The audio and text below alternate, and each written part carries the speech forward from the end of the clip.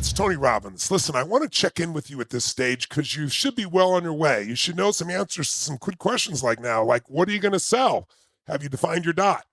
And who are you going to sell it to? You know, who needs you? Have you done that? Have you done the solution format that we showed you? How are you going to teach it? Like, you remember the format? You're going to tell the story, you're going to teach or train, then you're going to have an action frame. See, once you understand these things, you're going to design, whether it's a workshop or a mastermind or any program you're going to do, the format, the kind of the glue that holds it together is the same. So did you do your homework? If you didn't, turn me off right now and go do that homework, because the results come not by understanding this stuff, it's by taking action. As I said before, my original teacher, Jim Rohn, he used to have this phrase. He said, Tony, don't let your learning lead to knowledge or you become a fool. Let your learning lead to action. And he said, then you become wealthy. Well, I wasn't so worried about wealthy as I just wanted an extraordinary life. An extraordinary life comes from action. So I'm here for this quick little session just to make sure I bring you to the point of remembering the most important thing. Why do most people fail? And the answer is they fail to take action. The knowledge is not enough. You've heard me say this over and over again. Knowledge is not power. It's potential power. It's a resource. Once you have the knowledge, you can do things other people can't do, but only if you get yourself to execute, to get yourself to take action. So what's the difference between action or not? Well, new results come from new actions, but new actions are all fathered. All action is fathered or mothered by a decision. Decision-making is the difference between being a leader and being a follower. Why do so many people have dreams that they never live, and why do some people live their dreams? The difference is action, massive, consistent action, but that comes first by making powerful decisions. And powerful decisions does not mean the right decision always. Think about it. Why do most people not make the decision and not act? Because they're afraid to fail. They're afraid to make the wrong decision. But think about it. How do you get great results? How do you get success? Success is really the result of good judgment. Good judgment is the result of experience. But ironically, experience is often the result of bad judgment. So part of what we're trying to do here with you is speed up the process of getting your results, because Dean and I and many of the people you're learning from here, we've all had bad judgment, just not enough experience to know. But then we learn. We learn from our bad judgments, from our poor decisions, and we made better decisions. We didn't beat ourselves up about it. So this very brief session is just about getting you to build that new muscle. So let me give you a couple simple tips. First key is like, how do I get myself to make a decision? Well, first you got to know what a decision is. A real decision is not when you express a desire. You're saying, oh, I want this, or I'd like this. A real decision is when you cut off anything except the thing you're committed to. I'm sure you've heard me say, if you want to take the island, burn your boats. If there's no way back, it's amazing what the human mind, soul, and spirit do. You will find the way. But most of us give ourselves a way out. And the human brain is 2 million years old. It's looking for what to avoid. It's looking to protect you. It's not looking to make you happy or successful. That's the survival brain. It's just trying to make you survive. You have to rise above it. And the way you rise above it is learning to make difficult decisions. And if you can do that consistently, if you can cut off anything except what you're committed to and make yourself take action even though you're afraid, you will have the rewards everybody else talks about and dreams about. My entire life, the framework of my life is, if I don't like how something is, I change it. You don't like your body? Change it. You don't like your income? Change it. You don't like your relationship? Change it. Change you first. Because if you just change relationship, you'll find the next person, you're taking you to that person.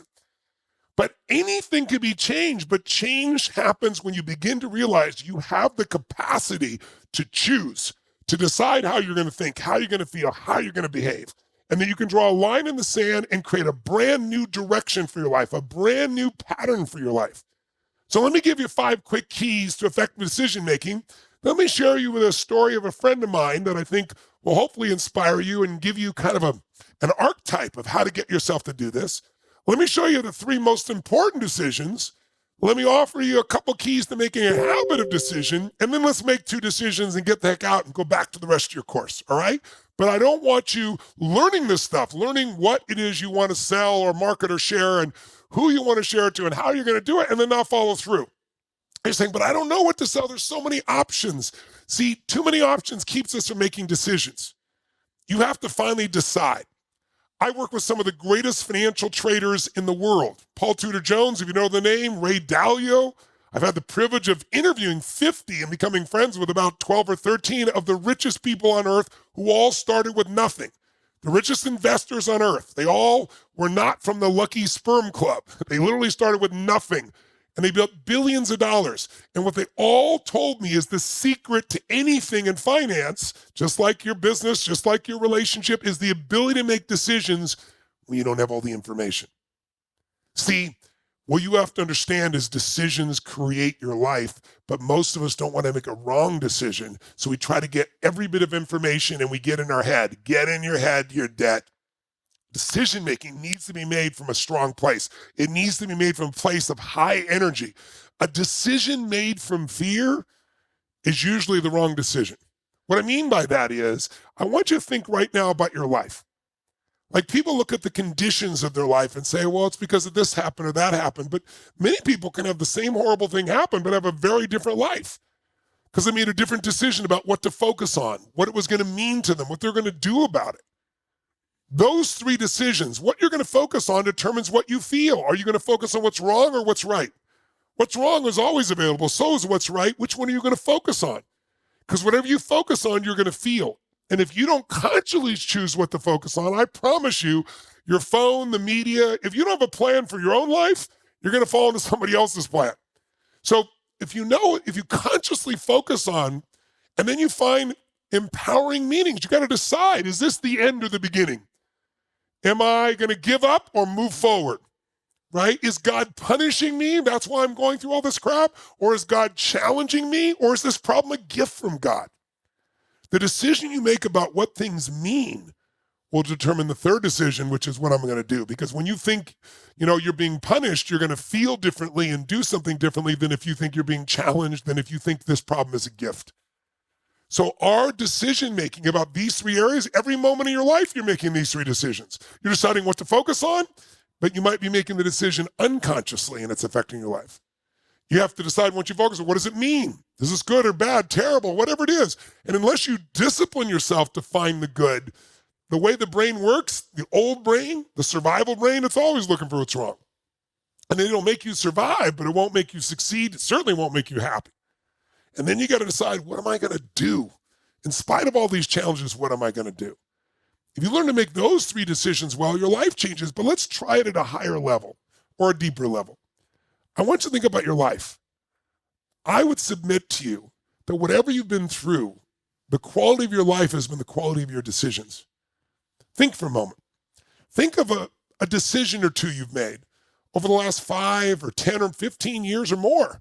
What are one or two decisions you've made that if you made a very different decision, you'd have a very different life? Better or worse, I don't know, but maybe the decision you make about who you're going to spend time with probably shapes you the most than most anything. Decision about what you're going to do for a living. Decision about are you going to act or give up. Decision about who you're going to love, whether you're going to make love, whether you're going to have children, what you're going to do. All these things, the decisions shape us. Can you think of a decision? Like, sometimes it's a little decision, like you decided to go to this school or go to this meeting or this party, and then you meet somebody you love, or you get inspired by something and becomes maybe your vocation. What's a decision you made in the past that has really made your life better? Can you think of one? That if you made a different decision, your life would be very different today. What's a decision you made that maybe didn't make your life better? You'd prefer to make a better decision in the future. What I want you to get is the ultimate power, the one thing we've been given by our Creator above all else, is the power to choose. To choose what we're going to focus on, to choose what things mean, to choose what to do. And if you understand your whole life has been shaped not so much by your conditions, as much as it's been by your decisions, then maybe it's time to get good at that. So how do we get good? One, think about the power of decision, that anything in my life can change with a strong enough decision. No more. I'm not going to do this anymore. I've decided. And you cut off any possibility and you force yourself to move forward and you get momentum and your whole life changes. What's a decision you need to make? What's a decision that could change it all? So first, if you want to make better decisions, more decisions, first, just think about the power of some decisions. Maybe write down, as an exercise we're done, I'll give you a little exercise to write down 2 decisions you've made in the past and how they've enhanced your life immensely, and maybe one that didn't work so well that you do different. So you get it. Second, once you know the power decision, you got to make decisions more often.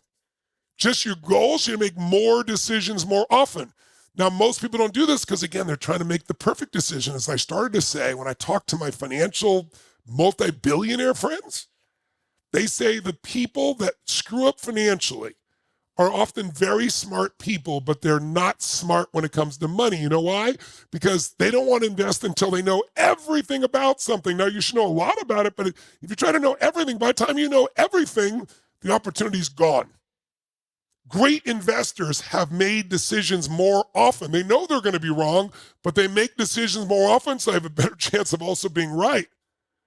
They don't wait till they know everything. They don't wait till they're absolutely certain. The certain decision is the easy decision. Anybody can make that. It's a decision where you're uncertain, but you do it anyway, that starts to change your life or gives you the chance to learn, which is the third key. You'll make more decisions if, one, you understand their power. If, two, you make them more often, because you'll build decision-making muscles.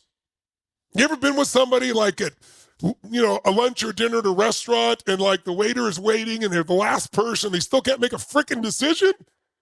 Some people have weak decision-making muscles. But if you make them more often and you get a habit of making decisions, you'll feel power. You'll read something, you'll learn something, and you'll act on it. You'll decide and act.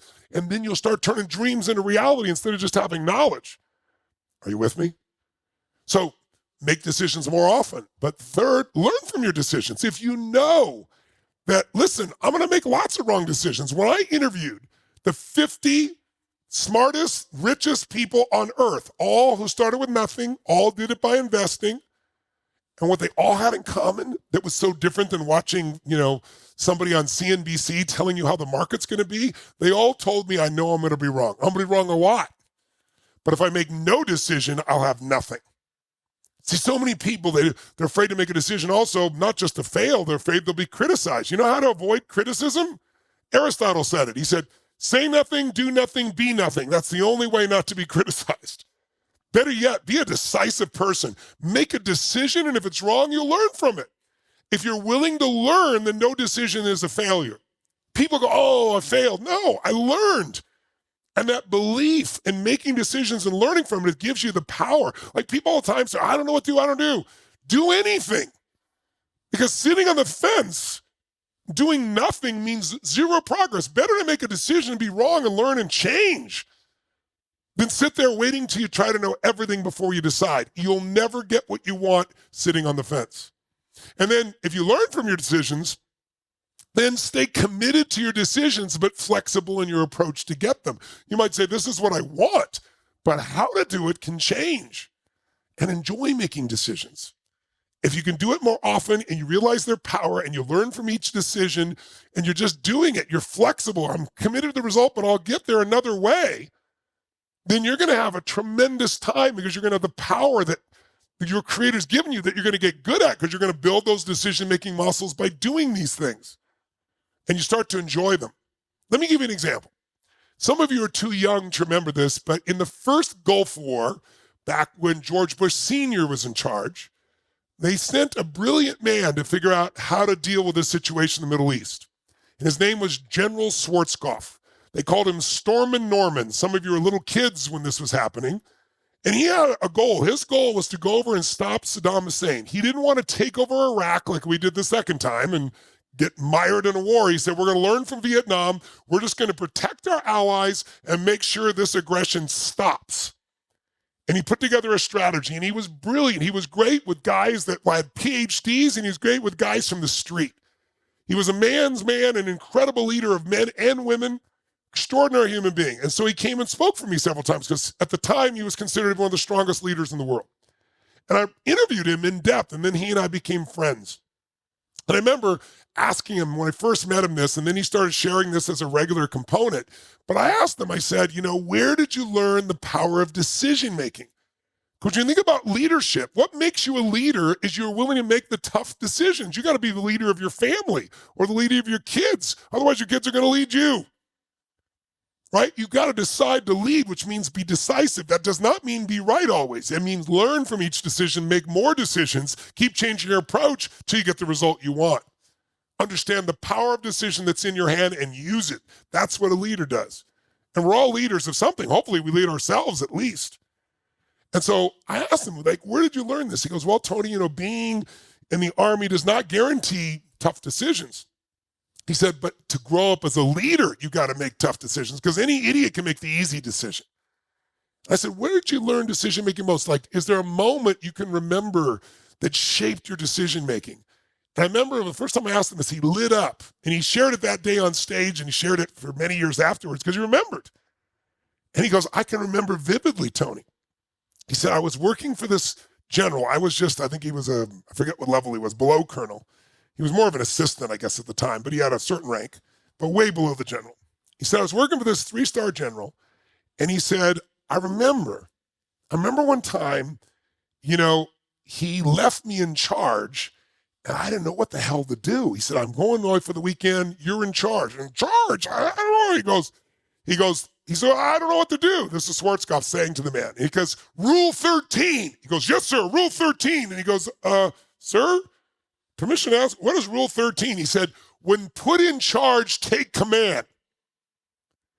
He goes, okay, yes, sir, yes, sir. And he said, I thought, where has he done that before? And he said, like, what does he mean, take command, when I don't even know what needs to be done? And then General Schwarzkopf said, I remembered a time working for this man prior to this, and it changed my life in that moment. He said there was this big decision. The Pentagon had been fighting back and forth between two choices. It was a really strategic decision for the U.S. Army. And this, I guess it was a 4-star general. I said 3-star, but I think it was a 4-star general. He said this 4-star general he worked for, he was his assistant, right? So he was his aide. So he had to read, he said, books and books and books. He said probably 10 binders full of this much material. It took him about a month and a half for General Schwarzkopf to prepare for it, be ready to go. He gave some of the information to the general, but then the meeting got pushed up earlier than they expected, and he didn't get to fully brief the general. And so the people came in, and they were part of the Pentagon, major players coming to the 4-star general for a decision. And he said, okay, give me your presentation. So the first group gave their presentation about what needed to be done, and they did it passionately, intensely, and this is what we must do. And then he said, okay. And then the second group got up, and they gave their presentation in detail. This is what we do. And they were complete opposites. And the Pentagon, for 7 years, had been in conflict with no resolution over this. The general listened to both sides. He looked at him and said, do number 2. Do this one. Yes, sir. Yes, sir. They all got up, left the meeting to go implement. General Schwarzkopf said, I knew he had not read that material. There's no way he had time, and I didn't have time to brief him. How can he make a decision that big, that important to the entire U.S. Army? He doesn't have all the information. And so finally, when everyone left, he said, General, he said, permission to speak freely? And they built a great deal of trust over the years, being his assistant. He said, yes, at ease. Go ahead with your question. He said, General, I know you couldn't possibly have read all that material. That was my job, and I wasn't able to prepare you. The meeting moved up. You had very limited information. They both gave these little presentations, but the entire Army is being shaped by this decision, and you just made this decision. Sir, with due permission, explain to me how you made that decision. And John looked at him and said, what did I tell you about Rule 13? When put in charge, take command. He said, well, yeah. He goes, a decision needed to be made. It's been 7 years, and they can't make a decision, and both sides are equally intelligent. So I picked one. That's what you need to do. And he goes, but General, what if it's wrong? He said, if it's wrong, we're going to go take our best people to implement it. If it's wrong, we'll discover it's wrong sooner than sitting on the fence. And then we'll change to the other one. Meanwhile, we are moving forward. He goes, wow. He goes, that's intense. He goes, you know how I made that decision? Rule 14. He goes, yes, sir, Rule 14, Rule 14. He goes, sir, what is Rule 14? He said, do what's right. Do your best judgment of what's right. And if you discover it's not, change it. If that doesn't work, change it. If that doesn't work, change it. But be decisive. That's how you change life. That's how you change the Army. That is how you lead. And that is how you and I lead our own lives. Step up. Realize the power of decision. Step up. Make a decision. I know there's a million subjects you cover. I know there's a million customers you go to. I know there's a million ways. Pick one. If it's not right, you can pick the next one. Too many options, you pick no option. Pick one, commit to it, go for it, give your all, learn from it. Doesn't work, change your approach. That's the secret. Action is the cure-all to fear. Action is what decision comes from. Now, if you're wondering how to really manage your life, I'm constantly asking those 3 decisions, but I call it RPM. I teach people. If you want to manage your life, don't ask the question, what do I need to do? Because if you're a busy person, what you need to do is there's so much you need to do, you're probably overwhelmed. You got to ask 3 questions. The first question is, what do I really want? What's the result I'm after? Think of this as RPM, just an abbreviation for you. RPM is like in a car. If you want to get from here to there quicker, you have more RPMs, more power. More power comes, number 1, from clarity. Write down, clarity is power. It's easier to make a decision when you're clear what you really want. What's the result? What specifically am I after? Otherwise, you ask what to do, you'll come up with millions of things to do, and you'll mistake movement for achievement. What do you want? Second step, R, P. P is purpose. Purpose is why. Why do I want it? What's the reason? What's the meaning? What's the purpose? And M is, what's my massive action plan, my map? I write down everything I think I need to do, but I'm not going to figure out what to do till I know what I want and why I want it. I'll give you a real example. I remember decades ago, I had the privilege of working with the President of the United States. I've worked with virtually every living president, some just met with, others have worked with more deeply. But I got a chance to work with President, at that time, Clinton, and he called me one day and said, they're going to impeach me in the morning. What should I do? My first question was, sir, that's the wrong question. My question is, what do you want? Yes, they're going to try and impeach you in the morning. But you and I both know that the Senate's not going to be able to impeach you. You have too many votes there. Not easy for me to say, I'm not under stress, but I said, you're a lawyer, you know what you can say, but the question is, what do you want? Do you want mothers and fathers to say, this is the president and this is why I respect him? Do you want to just stay in office? You make up different decisions what to do based on what you want. And why do you want it? I remember at the time him saying, oh my God, he goes, that's brilliant. Let me think about this. Get back to you. And the secretary called me and I thought, wow, I shaped the thinking of the President of the United States. And then his secretary called me. He's still thinking, he's been interrupted twice, but wants you to know. And then by the end, he was surrounded by people who said, just tell them you didn't do it. And that decision created a different aspect of how he was seen or experienced. Different outcome. The M is what's your massive action plan. So what do you want? Why do you want it? And what's your map? And then when you come up with a massive action plan, mark the 20%. The 20% of things that'll get you 80% of your progress. We all know there's an 80-20 rule, and just focus on those so you don't get overwhelmed. Decide. This is what I'm going to do for now. This is why I'm going to do it. This is what I want. This is why I want it. Here's my plan. Here's the most important part of the plan, and let me get going. That kind of decision-making will give you a business. That kind of decision-making will change your life. That kind of decision will make you a leader, not a follower. That kind of decision-making will turn your dreams into reality instead of just dreams that you have to make excuses why they haven't come true. It's not easy. It takes time. Most of the decisions won't be right, just like Schwarzkopf, but then you change your approach until. Am I making sense? So let me just give you a couple ways to build a new habit, of any habit, but decision-making especially, and give you a little story of what that means in the right state, because decision-making is controlled by your state. If you're in an anxious state and trying to make a decision, very different than if you put yourself in a strong state, an energized state. And then let's make 2 decisions and move on to the next part of the program. Fair enough? So how do you make any habit? I know by now, I'm sure you realize how important decision-making is to make it a habit. But how do you make any habit happen? Well, one thing I've learned, I'll give you a couple keys. Number 1, do what I call habit stacking. Habit stacking might be, I'll give you a simple example. Let's say you want to take your vitamins more regularly and you always brush your teeth. You go, okay, whenever I brush my teeth, that's when I take my vitamins. And after you do that for a few weeks, you'll do it for the rest of your freaking life. You never have to worry about, did I take my vitamins or not? You always do it. You've stacked one habit on top of another. It's one of the easiest ways. So you could say, I make decisions every Friday at 5 o'clock, no matter what. Or I make decisions within 60 minutes of finding it. Or I teach my teams. I don't go to meetings to have discussions. Give us the information, and the meeting purpose is to make decisions so we can move forward. And if we made a decision before that doesn't work, let's learn from it, and let's make a new decision. Make sense? That's what you do in your life. So stack the habits. That's really makes the job a heck of a lot easier if you do this. Then in addition to stacking the habits, you can start small.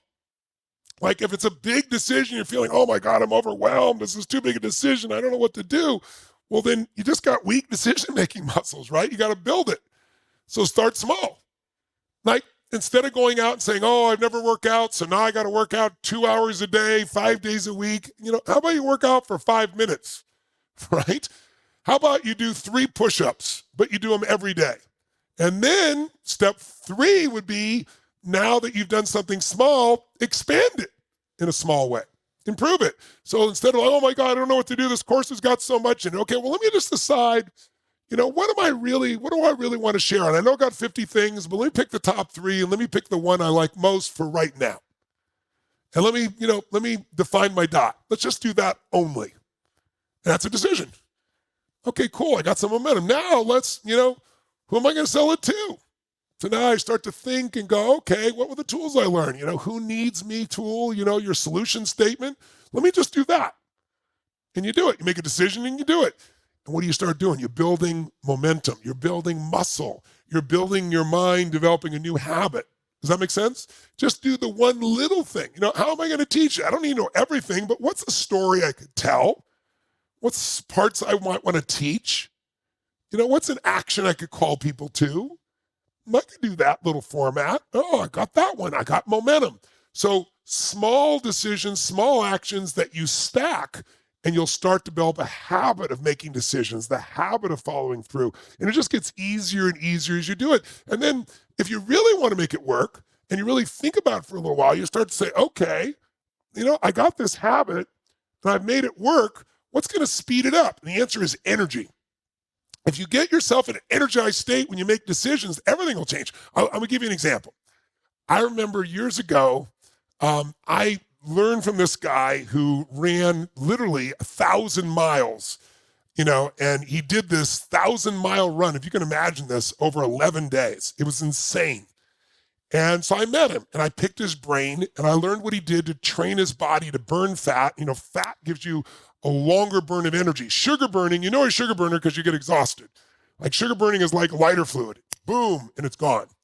Like when you train your body to burn fat, which this man was good at, and I learned from him, I studied him, then it's like burning coals on the barbecue. They burn and burn and burn, and you have this tremendous long length energy of endurance, right? So that's how he trained himself to run 1,000 miles. And I don't want to run 1,000 miles, but I want that kind of energy. So I decided to learn from him, to model him, to study him. It was one of the best decisions I ever made. And then I decided to apply what I learned. I didn't do everything, but I did about a dozen things, simple things he did, changed my life at tremendous energy. Then around the time I was turning 39 or 40, I'd been traveling the world and I was doing, events constantly all over the earth. And if you've ever been to one of my live events, they're usually 12, 13 hours. We've got 10,000, 15,000 people, and they're usually 4, 5, 6, 7 days of total immersion because we learn best in immersion. We don't learn a little bit at a time. D-O-G. If you really train your child to read, you go, point at this dog, dog, dog. You don't go, duh, right? But that's how some people try to learn. I try to do immersion learning with people. So sure enough, I want to have more energy. I got more energy, but now I'm really starting to burn out after a couple of decades like this. And I remember turning 39 going, God, I'm so tired. And, I've been on the road. I don't know what the numbers were, but in 3 months, I've been on the road like probably 2.5 of those months. And I was working 14, 15 hours a day and sleeping 4 and 5 hours max. And for some reason, I was tired. But I remember I mentioned to a friend of mine, I said, I'm feeling kind of tired. And my friend said, you are almost 40. And I'm like, what? Like I said, what's wrong with you? I'm almost 40. This is bullshit, right? And I was like, but then in part of my head, a few days later, I was feeling tired. I was like, you're almost 40. I'm like, what? You ever had that get in your head? Someone says something, oh, this is BS. I can't hang out with those people. So I made a decision.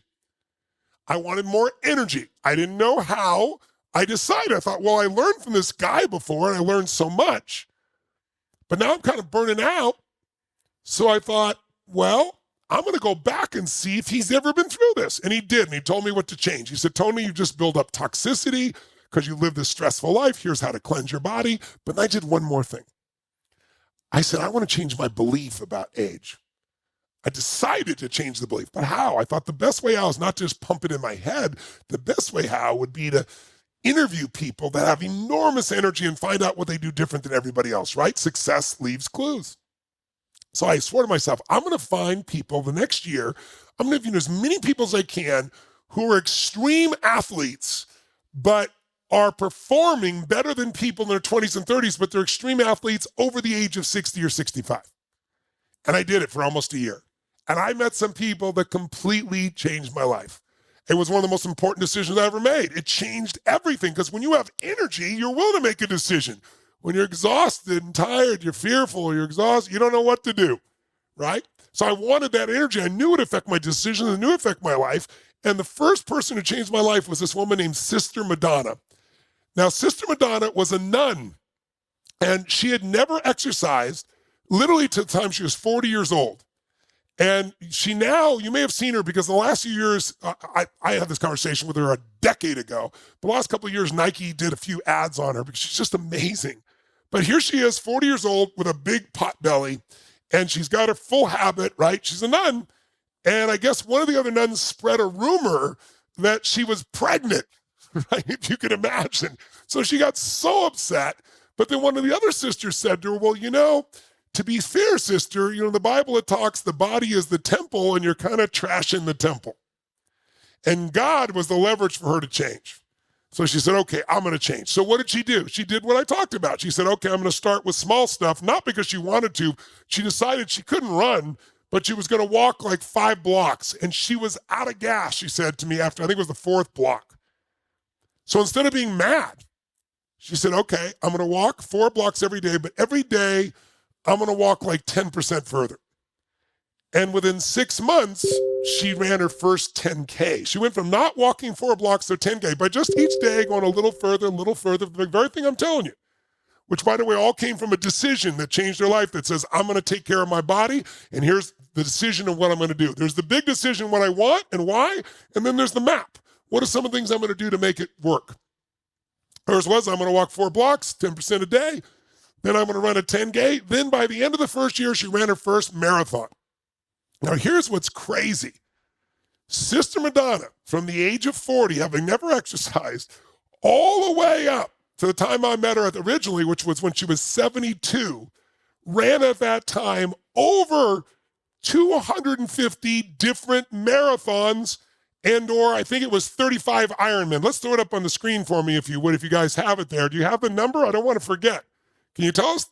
Well, here's a quote from, she ran over 340 triathlons and 40 Ironmen. And here's her quote: if you want to do it, we can. The only failure is not to try, because putting forth the effort is success itself.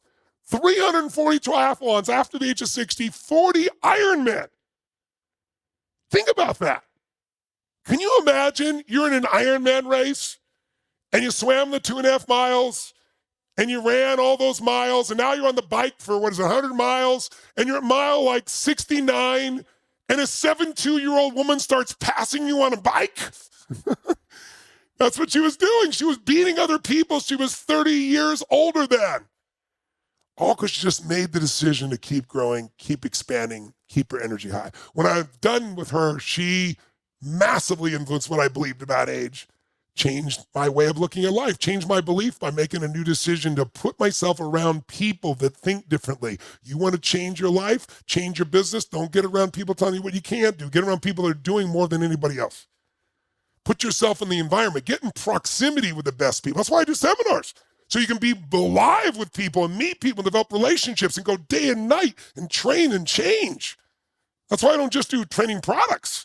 That's why we still do events. Easier for do training products than events, but the events go to another level because of relationships also. I met a man, 92 years old, that was doing a race up the Empire State Building. They do it every year in New York. Well, maybe not COVID years, but most people running, they're in their 20s and 30s. Guy's 92 years old, racing up the Empire State Building as a warm-up to the Boston Marathon. But then the final one for me was this incredible lady I met. She was 104 years old, 104. Her name was Ruth Frith, and she broke the world record in the shot put in her age group. And her age group was 65 and above. She was throwing this thing over 100 years old, further than people 35 years younger than she was. And all these people, I was like, what is it? Is it what you eat? Is it the diet? Is it the nutrition? Is it the exercise? Is it the sleep? And what they all did different things. But what they all told me is, I just decided. I'm not going to live the old way anymore. I decided this is what I'm going to create for my life. And I didn't even know how. I made the decision without even knowing how. I knew what I wanted. I knew why I wanted it. And then I built a map. And then I didn't do the whole thing. I did the things that mattered most. I did the things that moved me forward. That's what you want to do right now. So when this video ends, I want you to do two things. One, I want you to get excited about the power of decision. Are you? You can change everything in your life with new action, and new action comes from a decision. You decide this is what I'm going to do, even if you don't know how. Most of what I have in my life, I didn't know how I was going to do, but I decided this is who I was going to be. This is how I was going to live. And this is why I'm going to be that way. And now let me come up with a map. And if one map doesn't work, another one will. And I'll just keep changing the how till I get where I really want to go. Does that make sense? So I stepped in here just for a few minutes with you because I want to call to your heart and soul not to give up or not just to learn stuff or not to go, oh, there's so much here. Stop. Just make a decision. Just make one of the decisions. What am I going to probably market or sell first? What's the subject? What's the matter? What's the content? Who? There's all kinds of people. Let me start with who I think of best. How? We've given you a framework. Once you have the framework, you can do any of this. What's next? Come up with your map. If you do, everything will change. Otherwise, it'll be wonderful. You've had a great course. You learned all these cool things, and you can tell other people about it. Maybe you'll do some of it. You're not going to do all of it anyway. No one does. But you can do enough to transform the quality of your life. So here's my assignment for you if you're up for it. 1, write down 2 decisions right now that you've made in the past that have changed your life for the better. What are 2 decisions? Maybe think one that was relatively small. You went to this thing or you committed, you did something, but then it led to something really amazing. And then what's a second decision that maybe was really hard? A decision that was tough at the time, but you made it and you followed through and you acted on it. That's a real decision. You acted on it. And it made your life so much better. It may have been hard to do, but it made your life so much better. Write down those 2 decisions right now that change your life, a little one, a big one, how much they change your life for the better. That'll bring you back to that first point of really in your body, not intellectually hearing me, in your body, remembering the power of decision and what it does for your life. And then number 2, make 2 more decisions right now. As soon as this finishes up, what are 2 I've made? How they change my life for the better? What's 2 new decisions? What's a small decision you need to make and you need to follow through on? What's the decision? And what are 2 actions? One you can do this moment and one you can do within a short period of time. And then what's a second new decision that's a big one? Maybe it's one you know you needed to make. You put it off for a long time. It could be around your business or your finances or your body or your relationship or something. And you know you need to make it, but you haven't made it. Now's the time. There's never a better time than now. When would now be a good time for you to do this? Right now.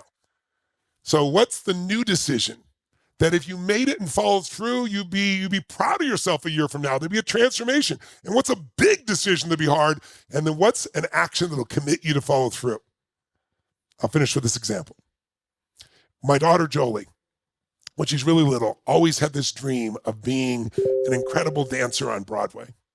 And as she got older, she was a great dancer. She got older, she ended up going to college. We lived in California. And she was doing great, straight A's, 4.0. And she came home one Christmas, I'll never forget. And during Christmas vacation, I sat her down. I said, hey, Joe, I said, how you doing on your dream? And she goes, what do you mean? I said, you know exactly what I mean. How you doing on your dream of being a Broadway dancer? And she goes, well, Dad, you know, I've won all these awards and I won this dance competition and that. I'm doing great in school. I said, honey, I'm so proud of you. You're doing great in school and you're winning all your competitions. And that's what I'm worried about. She goes, what do you mean? I said, you know, I think you look at me and you say, oh, Dad, you're so brilliant. And of course I am. Dad knows best.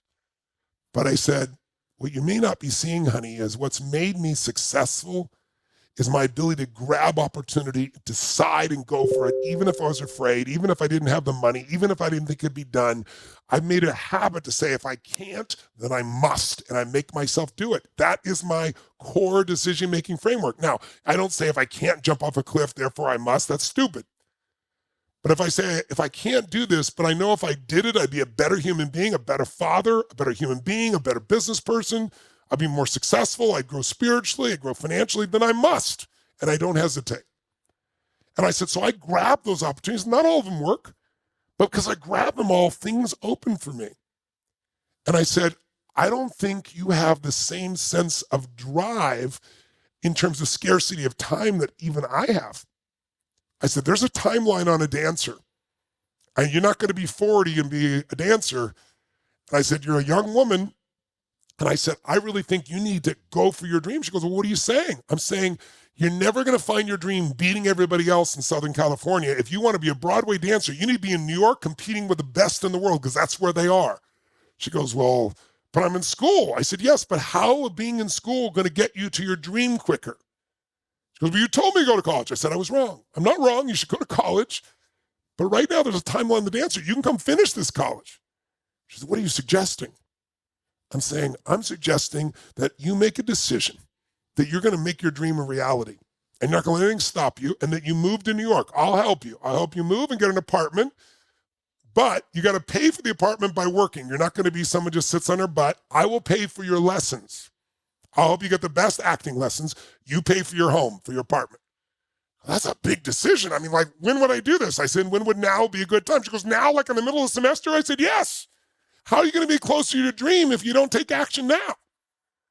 She goes, well, that's a big decision, Dad. I said, yeah, that's how life changes, big decisions. She goes, wow. She goes, do you mind if I ask somebody else about this? I said, sure, you should go to other people. People pay me $1 million a year to coach them, but you should go somewhere else.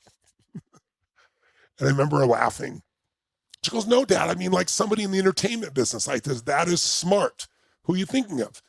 We had this friend named Jay Maloney. He worked for CAA, which was at the time the biggest agency in Hollywood. She goes, what if I call Jay? I said, that is smart. Call Jay, see what he thinks. She goes, okay. I said, when would now be a good time to call him? She goes, right now? I said, when's a better time? She goes, okay. So she goes to call him. I literally call him as she leaves the room. He answers the phone, which he rarely does. It was perfect. It was like God's grace. I go, Jay, I said, Jolie's going to call you. I said, I don't want you to tell her anything but the truth. But here's what I told her. I said, she's got to compete with the best. She's not going to find the best in LA. Not if she wants to be on Broadway. She needs to be on Broadway in immersion, doing what I teach. He goes, Tony, it's totally true. I said, really? He goes, it's totally true. I said, don't bullshit her. Tell her the truth. Hang up the phone. She comes back a little bit later. She goes, his phone's busy. I said, try him again. It's a true story. Sure enough, she calls him, comes back. I think they spoke for almost an hour. Comes back and says, Dad, Jay thinks this is the right thing to do. Father knows best. So I fly my daughter, I should say, to New York City. And then we drive around trying to find an apartment, and we finally find an apartment for her. And, you know, she's used to growing up in Southern California in a beach environment. And suddenly we move to New York in one of the worst years of storms they'd had. It was horrible weather. It was horrible everything. And she had to go get jobs and work her tail off. And I paid for the coaching. And then, you know, I'm obviously checking in on her. She's my daughter. I love her.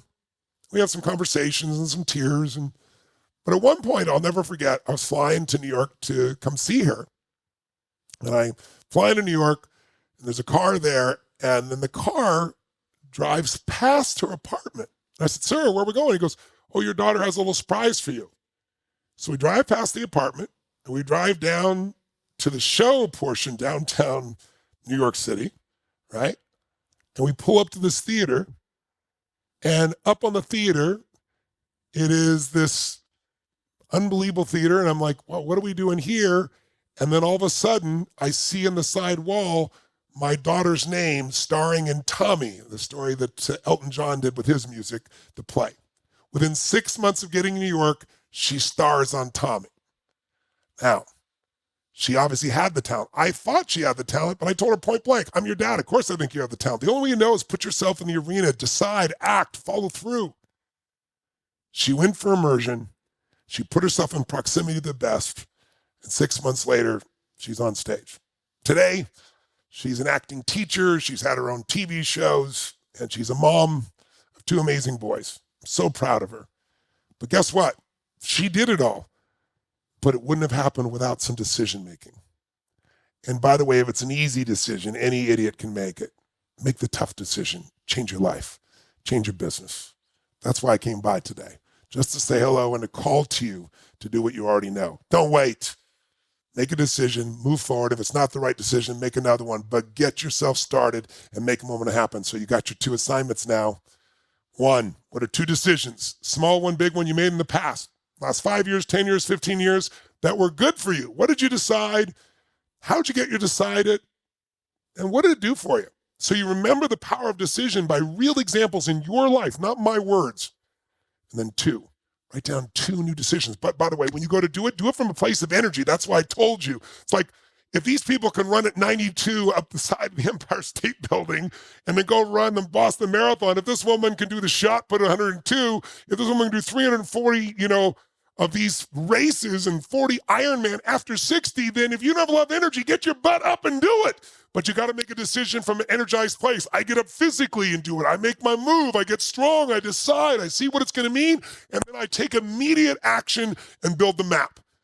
That's your assignment. I'm glad I came by today. Are you?